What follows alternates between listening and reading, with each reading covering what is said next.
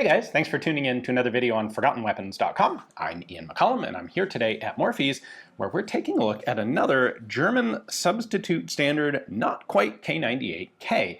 This one is a Gewehr-24T, which is essentially the German version of the vz24 Mauser manufactured in Czechoslovakia. Now, the German use of Czech vz24s covers kind of like three separate periods. So initially, when Germany took over Czechoslovakia, a number of Czech arms were just straight up confiscated, and a lot of those went into use by the SS. As I've talked about in other videos, the SS was not part of the standard German arms procurement system at this time, and so they needed to source their own guns, and taking them from the Czechs and the Slovaks was an easy way to do it.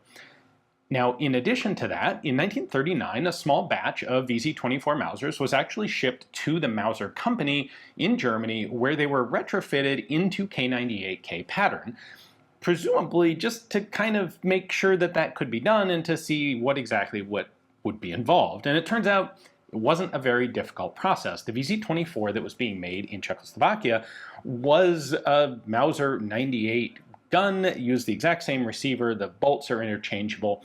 Essentially, it is a K98K, just with slightly different furniture on it to fit the requirements of, Czechoslovakia and the other countries that were ordering vz24s on export, because the Czech factories made a substantial number of Mausers for export to other countries. Now, when Germany did take over Czechoslovakia, they took over the Czech arms industry at the same time. In particular, they set up what they called Waffenwerke Brunn, Brno, which was headquartered in Prague and had two factories, one of them in Brno and one of them in a town in Slovakia called Bystrica. Now, Bystrica was actively producing vz24 Mausers at this point, and when the Germans came in, I think it's important to note that they didn't just like jackboot in and steal everything. They actually came in, well, they sort of stole it, but in a more legalistic manner. They actually purchased ownership stake in the company, in the factory. Up until the Germans came in, the Bystrica factory was owned by a group of investors. There were a few private individuals involved, and then large stakes in the company were owned by the Czechoslovakian government and by the Škoda company. And when Germany came in, they took over the ownership stake that had previously belonged to the Czech government. Once they have a significant ownership stake in the factory, then they just start issuing contracts for rifles to supply the German military. So we know that Bystrica is already making a rifle that's very similar to the K98K. The Germans would have them continue to produce it for about 2 years, 1941 and 1942, using both new parts and remaining old stock vz24 parts that were already on hand. And that was the Gewehr-24T. T, of course, by the way, stands for Czechoslovakia. In German, the name Czechoslovakia starts with a T, not a C, as it does in English. So let me show you how this is very slightly different from a K98K.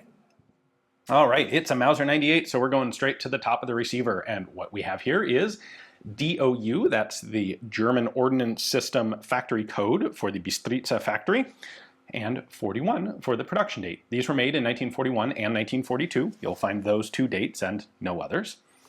On the receiver side rail, we have the designation G24T, so Gewehr-24, this is simply recognizing that this was the vz24, which means model in Czech, so it's the rifle model 24 Czechoslovakian.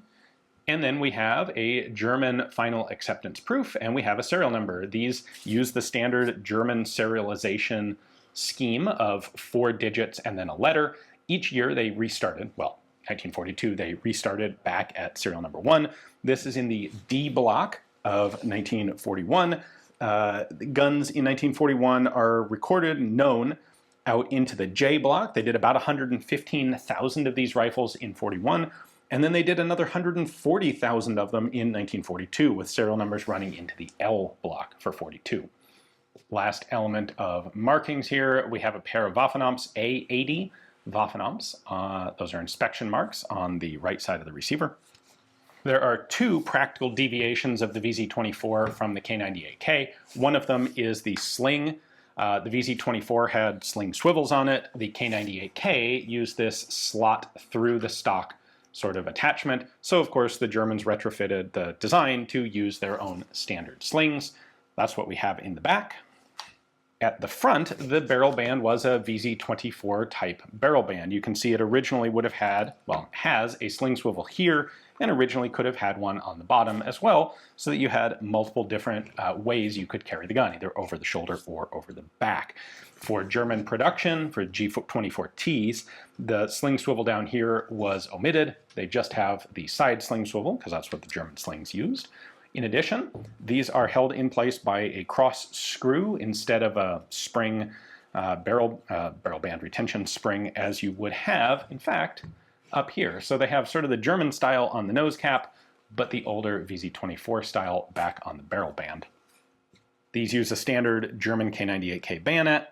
We have a front sight protector here that is a bit different in construction from the general German one, which is more of just like a little sheet metal hood. But the sights are essentially identical, so graduated up to 2,000 meters, just like a K98K. The other distinctive feature of the 24T is that it has a straight bolt instead of a bent bolt. Not exactly earth-shattering differences, but you will find these sometimes, especially vet bringback ones, with K98K mismatched bolts in them because they are interchangeable, but this is how it should originally be. We have the full rifle serial number, including suffix, on the bolt handle, and then we also have a little tiny German eagle swastika firing proof on the bolt handle. So a correct original proper one will have both of those markings. A bunch of the other smaller parts in the bolt assembly are not serialized, however, like they would be on a K98K. And last but not least, the handguard comes all the way back to the receiver, covering this section behind the rear sight, unlike the K98K. One last thing to mention, this rifle has a laminated stock on it. This is something that Germany transitioned to during the war. In the case of the G24Ts, they of course start out using solid hardwood stocks. They transition to laminate stocks somewhere in the C block in 1941. So actually pretty early in production. This one's D block 41, so this is one of the very first, well, first few thousand of the laminate stocks that was produced. Later in 1942, the Bystrica factory was retooled a bit to make straight up actual K98Ks, totally parts interchangeable standard pattern guns. They retained the factory code DOU, and these guns would be made for the duration of the war. So we end up with just 2 years of production, well, just 2 years of production, but about 250,000 G24Ts manufactured in total. That front sling bar, or the front barrel band here, is probably the most distinctive element on these guns to make them distinguishable in photographs. You can sometimes see especially that cross screw in pictures. These were used by a wide cross section of German soldiers. They were treated like K98Ks, and especially by the end of the war they'd been kind of mixed and matched in all over the supply chain. So they were out there. They're, I think, another cool example of the early war German arms industry before everything gets standardized on the K98K. It's like there's two really interesting elements to the German World War II small arms, the very early stuff and the very late stuff. And this falls into the very early category. So very cool to get a chance to take a look at this one that is all matching. Finding these with the correct original bolts is a bit difficult. The guns are relatively rare to begin with, and having them all in the original correct configuration is even scarcer. So big thanks to Morphe's for giving me the opportunity to take a look at this one and film it for you guys. Hopefully you enjoyed the video. Thanks for watching.